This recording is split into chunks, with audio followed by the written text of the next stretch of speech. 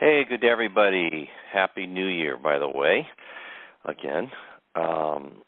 This is a great piece by Tom Corley, who's studied millionaires for years and years. It's 5 things to do in 2017 if you want to get rich. And I'm assuming if you're on this call, you want to get rich. So, as many financial planners will tell you, building wealth is a process made of many small actions that add up over time.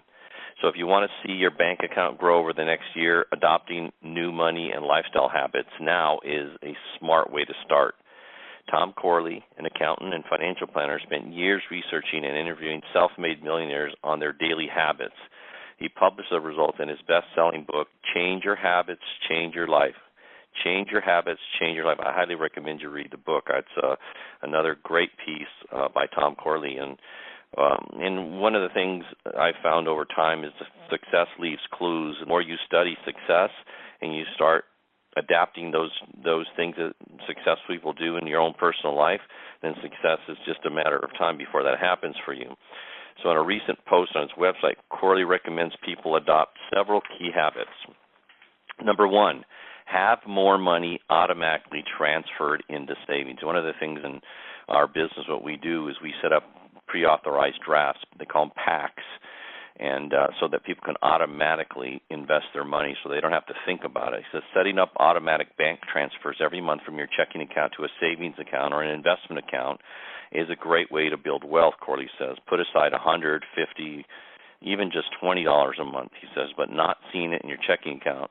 By not seeing it in your checking account, you're less tempted to spend it. I think where you make it a habit, also you'll find is over time, you're not going to miss the money. You're just going to learn how to live on that amount less and not spend every dime. This is also going to put you in a position over time, if you're diligent, consistent, and self-disciplined about doing this. And as you get pay increases and have additional monies come into your life in some way or fashion for it, whether it's an inheritance or you win a lottery or whatever, investing that money is going to put you in a position where you're going to be able to become free at some point.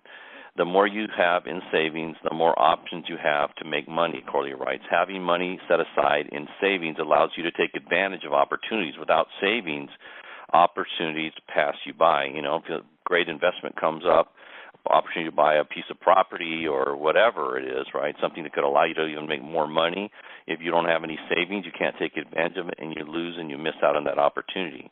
So some examples of this include having enough in emergency and retirement savings that you can invest money in the stock market, launch a side business, or purchase real estate that could yield a profit. Number 2, build relationships with one successful person. Wealthy, successful people are very particular about who they associate with. I know I am. Their goal is to develop relationships with other success-minded individuals. In other words, in order to build a relationship with a successful person, you've got to bring something to the table. You've got to be studying, reading, learning more about success, how you achieve success so that you can bring something to the table. If you don't have, a past to bring to the table, then learn some things that allow you to have discussions and ask the appropriate kind of questions that can allow you to be more successful.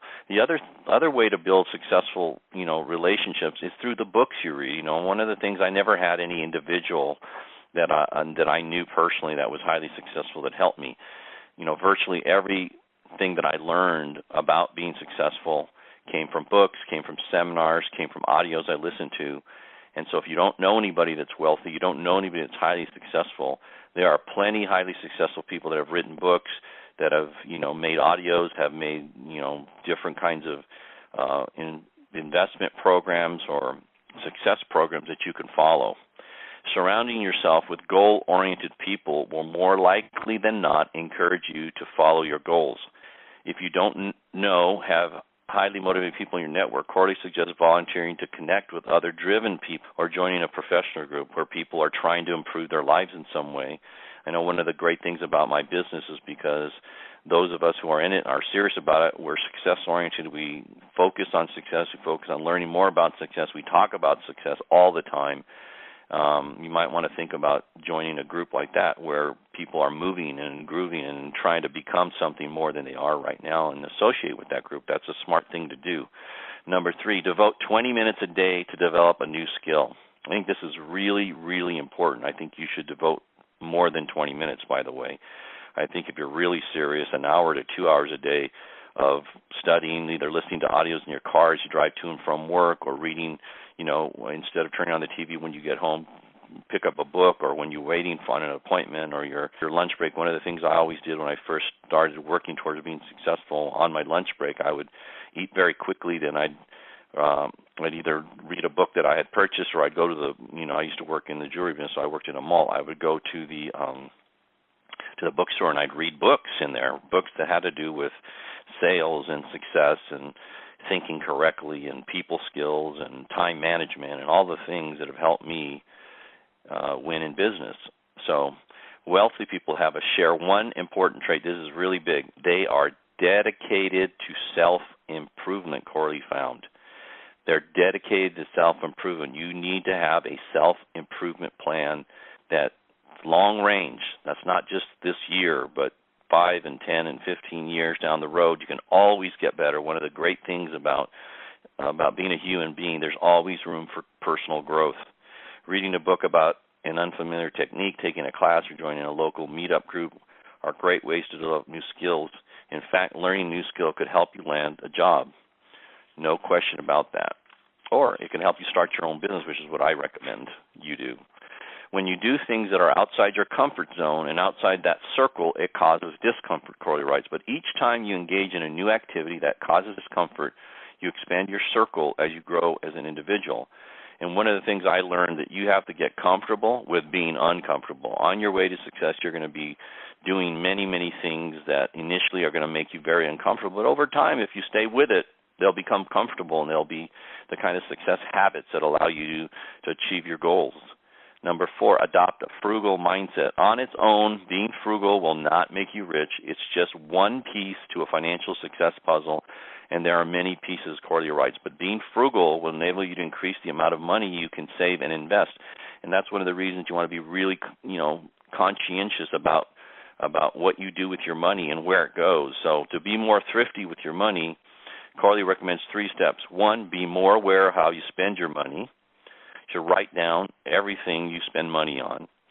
2, only buy quality products and services. Don't buy junk or fads. 3, spend as little as possible by shopping around for the lowest price. No reason to ever overspend. Number 5, track every penny you spend for 30 days. Do you know where your money goes? Corley writes, some do. They're called self-made millionaires. So track it, because you'll be surprised. Because a lot of times people say, well, I don't have any extra money, I can't save.